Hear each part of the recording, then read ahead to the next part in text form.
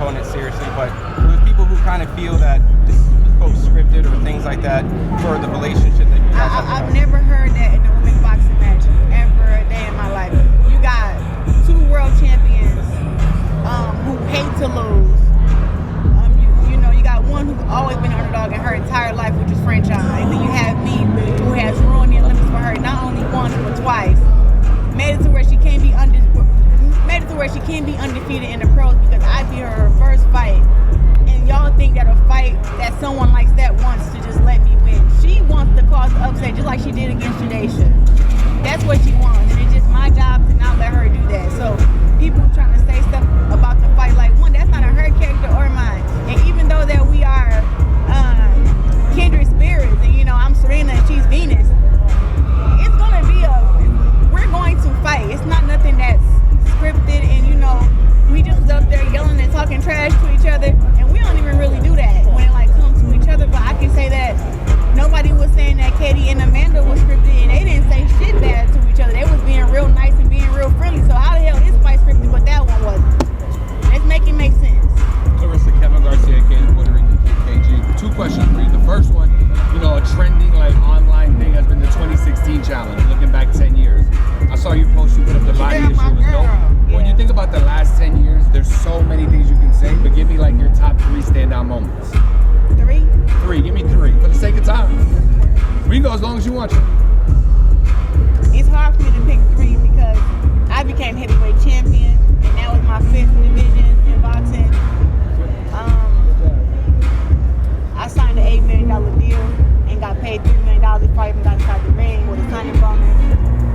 And I always just like to speak on the longevity of things. So I was undefeated back in 2016, and I'm undefeated now, and that's really a big deal to me too. So I think if I say those 3 big things, and then of course, meeting the love of my life, Tapu. So that was another great thing to look at the last 10 years. So no doubt. Quick question for I got a follow up. Excuse me. I just have one follow up question for you. Yeah, I got you. Thank you. I just have one follow-up question. It's a hot topic. We got to know.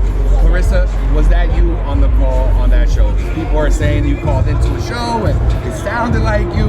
What are your thoughts on that? If I did, so Next question. Exactly, which is a good answer. Claressa, Franchon is among the most accomplished fighters that you've ever fought, next to Savannah Marshall. Yeah. In that Savannah Marshall fight, you dug deep and kind of went to another level, or you showcased another level of your skills. Do you think that this fight is going to give you a bigger opportunity to showcase your greatness? Absolutely. For one, like I said, Savannah Marshall is a giant. She had no business fighting at 168. That girl is huge. We got in the ring, I was 172 fight night. She was 195 or something like that. She's a giant. She's huge.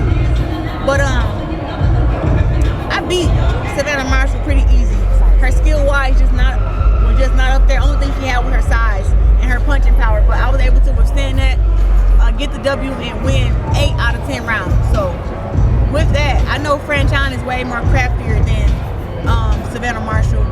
And she got sneaky power. It may not be power that you see all the time, but she throw a shot sometime and it land, and you be like, oh, that was the one she tried to take me out of here with. So you got to really watch Franchon. She got more experience, and if you ask me, I think she's a better boxer than Savannah Marshall, but Savannah Marshall just has that size over everybody, which makes her punching power very dangerous. But she wasn't able to knock out neither one of us, so.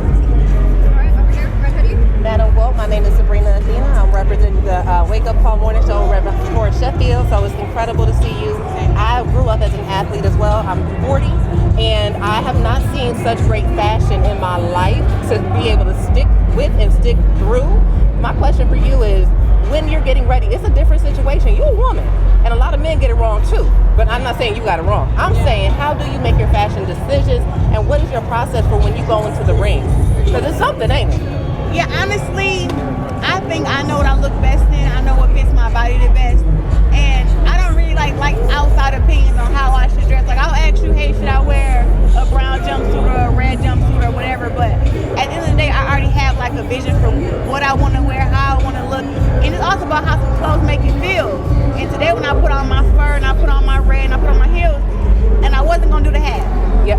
But I just but I put the hat on and I said, oh, it's cold in the deep. That's the feeling it gave me. And I was like, it's so cold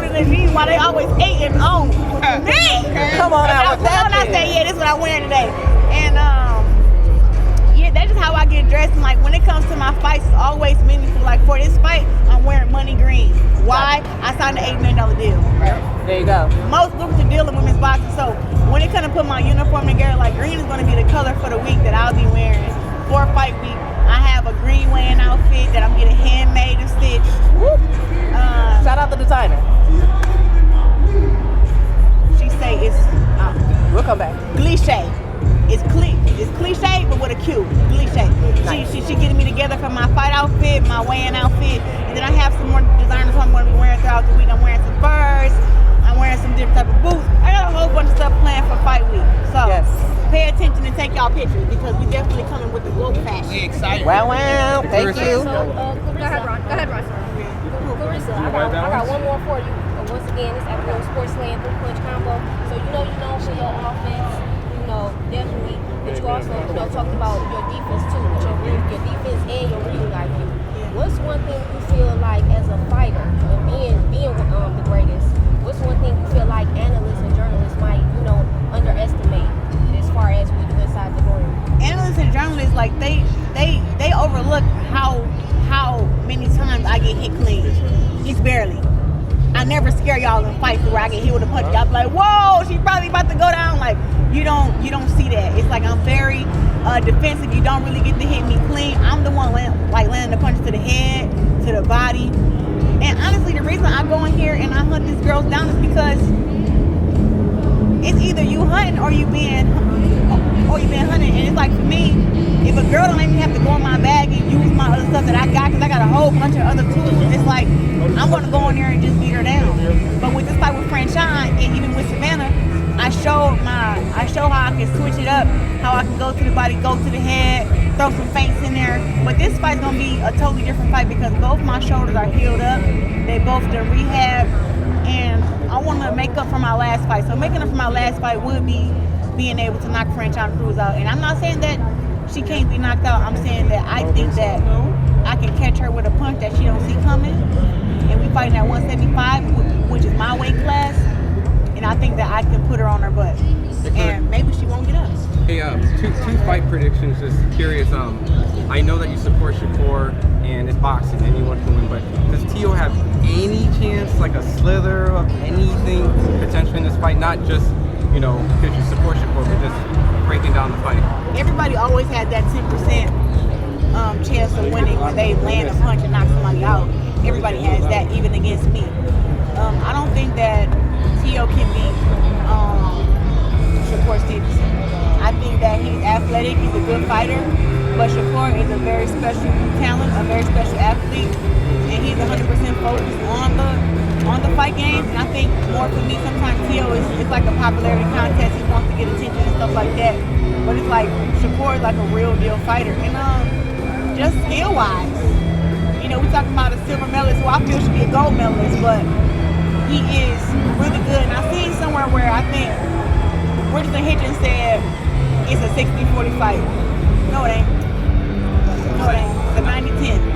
Of course, my last one is Alicia Baumgartner, Dubois. Alicia Baumgartner, Dubois. And Caroline Dubois? Yes. What do you think about that fight? Just as a purist boxing fan. As a purist boxing fan, I don't think Alicia got enough fight in her to actually go against a dog like Caroline Dubois. It's crazy. She want to skip 4 or 5 different weight classes while she want to fight me and all this stuff. She'd knock me out, blah, blah, blah. But then as soon as a girl who's 5 pounds bigger than you call you out, now she's a puppy, you don't want to fight against her. Like, I think Caroline Dubois would beat Alicia Baumgartner ass. And I would love to see that fight. Actually, I ended up hitting up Nikisa and I said, hey man, I see all this chatter going around. When I get to the fight with Franchon, how about me and Shade should go at a main event, and then a co-main event we have Alicia Baumgartner versus Caroline Dubois. I think that'd be the female fight card of the year. You think? Yeah, I think so. Some people think Alicia is ducking because she is. Is she? Yeah, she ducking. What were you gonna say, Demetri? I just got something to this conversation. Alicia Baumgartner has been a clickbait fighter.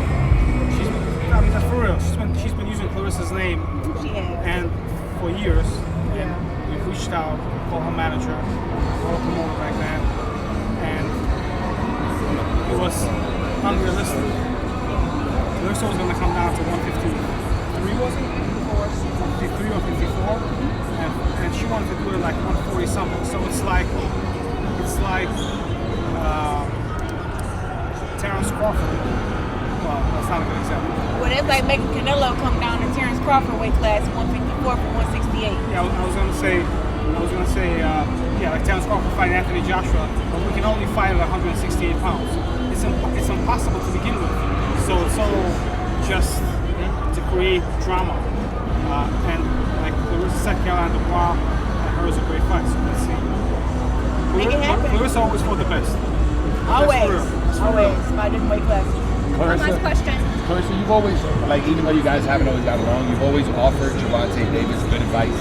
Try to send him well wishes, even when it hasn't been the best between you. He's going through a tough time. Any message or any words to Gervonta? I don't even want to talk about it. I honestly just feel bad for him. I wish that his people would have got him help before it got to where it is now, but I just wish him well, and I've been praying for him, and hopefully his situation don't get no worse than it, you know what I mean? And that's why I asked you, because every time I've asked you in the past, even when it hasn't been good between you, you've always said that. Like, I just hope he gets help. I hope he gets himself together. Yeah, and Mike Tyson had to get sat down for 3 years for something that he did or didn't, however it went. I think that sometimes it takes for us to have to be held accountable, and maybe if he sit down for a year and really have to look within himself and find himself, maybe he can, you know what I'm saying, become better, because he's a hell of a fighter, right? So I don't really got nothing bad to say about him, you know what I'm saying? I really do wish him the best, and praying for him and his family and stuff. Thank you.